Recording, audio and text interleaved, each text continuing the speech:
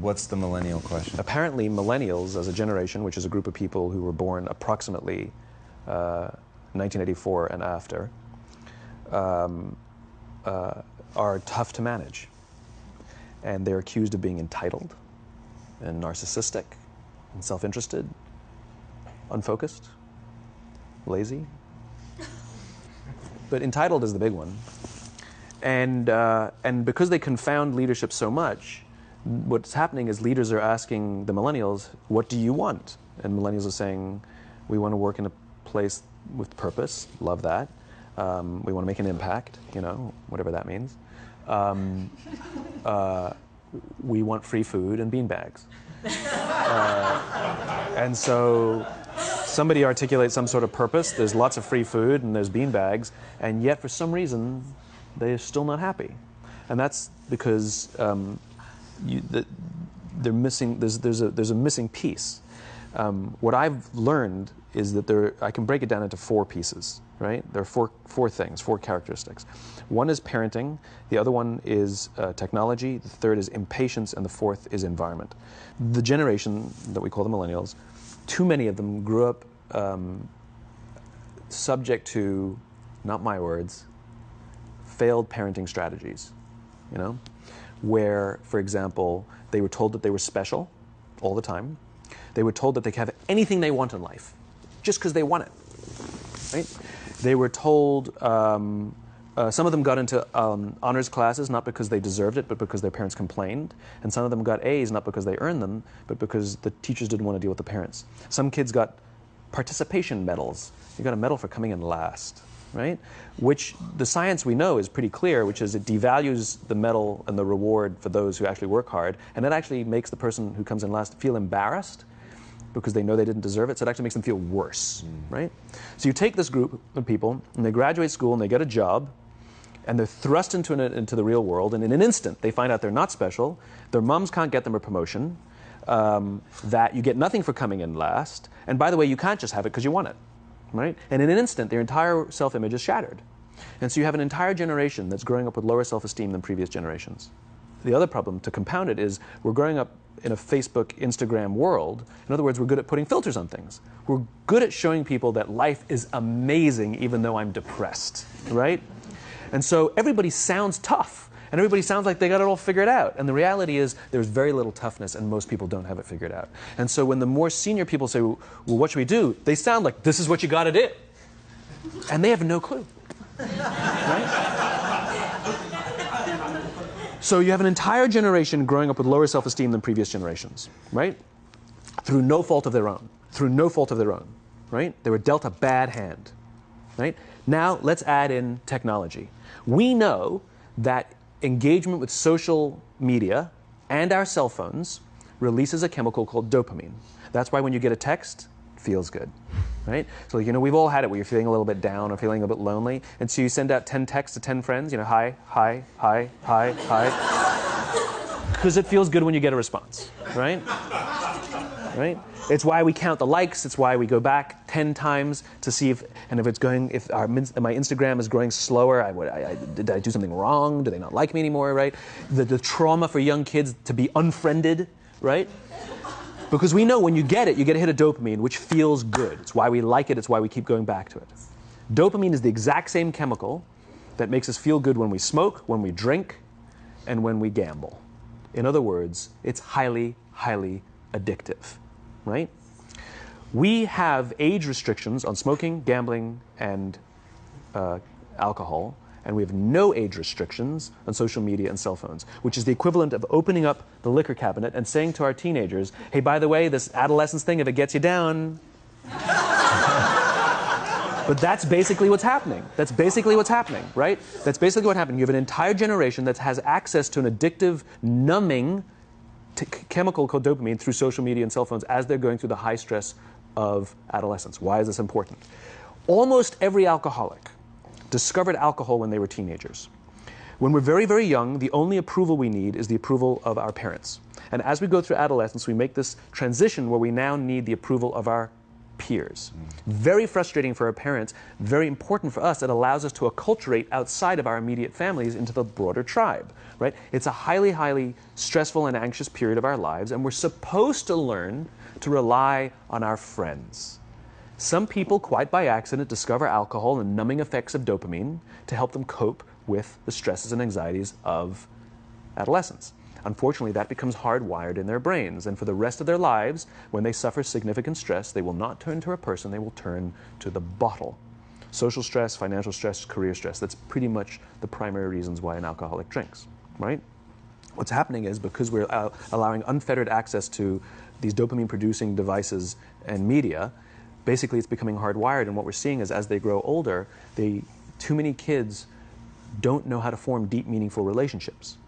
Their words, not mine. They will admit that many of their friendships are superficial. They will admit that their friends, that they don't count on their friends, they don't rely on their friends, they have fun with their friends, but they also know that their friends will cancel on them if something better comes along. Deep, meaningful relationships are not there because they never practice the skill set, and worse, they don't have the coping mechanisms to deal with stress. So when significant stress starts to show up in their lives, they're not turning to a person, they're turning to a device, they're turning to social media, they're turning to these things which offer temporary relief. We know, the science is clear, we know that people who spend more time on Facebook suffer higher rates of depression than people who spend less time on Facebook, right? These things balanced. Alcohol is not bad, too much alcohol is bad. Gambling is fun, too much gambling is dangerous, right? There's nothing wrong with social media and cell phones. It's the imbalance, right? If you're sitting at dinner with your friends and you're texting somebody who's not there, that's a problem. That's an addiction. If you're sitting in a meeting with people you're supposed to be listening to and speaking, and you put your phone on the table, face up or face down, I don't care, that sends a subconscious message to the room that you're just not that important to me right now, right? That's what happens. And the fact that you cannot put it away is because you are addicted. Right? If you wake up and you check your phone before you say good morning to your girlfriend, boyfriend, or spouse, you have an addiction. And like all addiction, in time, it'll destroy relationships, it'll cost time, and it'll cost money, and it'll make your life worse. Right? So you have a generation growing up with lower self-esteem that doesn't have the coping mechanisms to deal with stress. Right? Now you add in the sense of impatience. Right? They've grown up in a world of instant gratification. You want to buy something, you go on Amazon, it arrives the next day. You want to watch a movie? Log on and watch a movie. You don't check movie times. You want to watch a TV show? Binge. You don't even have to wait week to week to week, right? I know people who skip seasons just so they can binge at the end of the season, right? Instant gratification. You want to go on a date? You don't even have to learn how to be like, hey. You don't even have to learn and practice that skill. You don't have to be the uncomfortable one who says yes when you mean no and says no when you mean no, but yes when you... You don't have to swipe right. Bang, I'm a stud. Right? You don't have to learn the social coping mechanisms, right? Everything you want, you can have instantaneously. Everything you want, instant gratification. Except job satisfaction and strength of relationships, there ain't no app for that. They are slow, meandering, uncomfortable, messy processes. And so I keep meeting these wonderful, fantastic, idealistic, hardworking, smart kids. They've just graduated school. They're in their entry-level job. And I sit down with them and I go, how's it going? They go, I think I'm going to quit. I'm like, why? They're like, I'm not making an impact. I'm like, you've been here 8 months. You know? It's as if they're standing at the foot of a mountain and they have this abstract concept called impact that they want to have in the world, which is the summit. What they don't see is the mountain. I don't care if you go up the mountain quickly or slowly, but there's still a mountain. And so what this young generation needs to learn is patience. That some things that really, really matter, like love, or job fulfillment, joy, love of life, self-confidence, a skill set, any of these things, all of these things take time. Sometimes you can expedite pieces of it, but the overall journey is arduous and long and difficult. And if you don't ask for help and learn that skill set, you will fall off the mountain, or you will, the worst case scenario, and we're already seeing it, the worst case scenario is we're seeing an increase in suicide rates, we're seeing an increase in this generation, we're seeing an increase in accidental deaths due to drug overdoses, we're seeing more and more kids drop out of school or take leaves of absence due to depression, unheard of. These are all, this is really bad. The best case scenario, those are all bad cases, right? The best case scenario is you'll have an entire population growing up and going through life and just never really finding joy. They'll never really find deep fulfillment in work or in life. They'll just waft through life and it'll be just, it's fine. How's your job? It's fine. It's the same as yesterday. How's your relationship? It's fine. Like that's the best case scenario. Which leads me to the fourth point, which is environment. Which is we're taking this amazing group of young, fantastic kids who are just dealt a bad hand. It's no fault of their own. And we put them in corporate environments that care more about the numbers than they do about the kids. They care more about the short-term gains than the long-term life of this young human being. We care more about the year than the lifetime, right? And so we are putting them in corporate environments that aren't helping them build their confidence, that aren't helping them learn the skills of cooperation, that aren't helping them overcome the challenges of a digital world and finding more balance, that isn't helping them overcome the need to have instant gratification and teach them the joys and impact and the fulfillment you get from working hard on something for a long time that cannot be done in a month or even in a year. And so we're thrusting to them in corporate environments, and the worst part about it is they think it's them. They blame themselves. They think it's them who can't deal. And so it makes it all worse. It's not. I'm here to tell them it's not them. It's the corporations. It's the corporate environments. It's the total lack of good leadership in our world today that is making them feel the way they do. They were dealt a bad hand, and I hate to say it, but it's the company's responsibility. Sucks to be you, like we have no choice, right? This is what we got, and I wish that society and their parents did a better job. They didn't. So we're getting them in our companies, and we now have to pick up the slack. We have to work extra hard to figure out the ways that we build their confidence. We have to work extra hard to find ways to teach them the social skills that they're missing out on. There should be no cell phones in conference rooms. None. Zero. And I don't mean the kind of like sitting outside waiting to text. I mean like when you're sitting and waiting for a meeting to start, this is what we all do. We all sit here and wait for the meeting to start. Meeting starting? Okay. And we start the meeting. No, that's not how relationships are formed. Remember we talked about it's the little things? Relationships are formed this way. We're waiting for a meeting to start and we go, how's your dad? I heard he was in the hospital. Oh, he's really good. Thanks for asking. He's actually at home now. Oh, I'm really glad. That was really amazing. I know, it was really scary for a while. That's how you form relationships. Hey, did you ever get that report done? Oh my God, no, I didn't. I'll help you out. Can I help you out with that? Really? That's how trust forms. Trust doesn't form at an event in a day. Even bad times don't form trust immediately. It's the slow, steady consistency.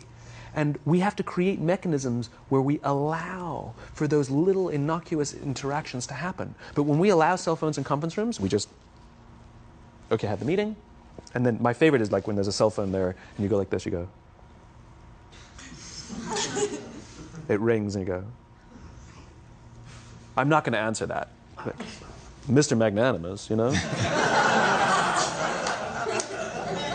When you're out for dinner with your friends, like, I do this with my friends. When we're going out for dinner and we're leaving together, we'll leave our cell phones at home. Who are we calling? Maybe one of us will bring a phone in case we need to call an Uber or take a picture of our meal. That goes without saying, come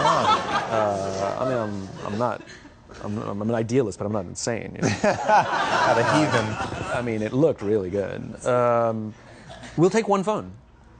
And so it's like an alcoholic. The reason you take the alcohol out of the house is because we cannot trust our willpower. We're just not strong enough. But when you remove the temptation, it actually makes it a lot easier.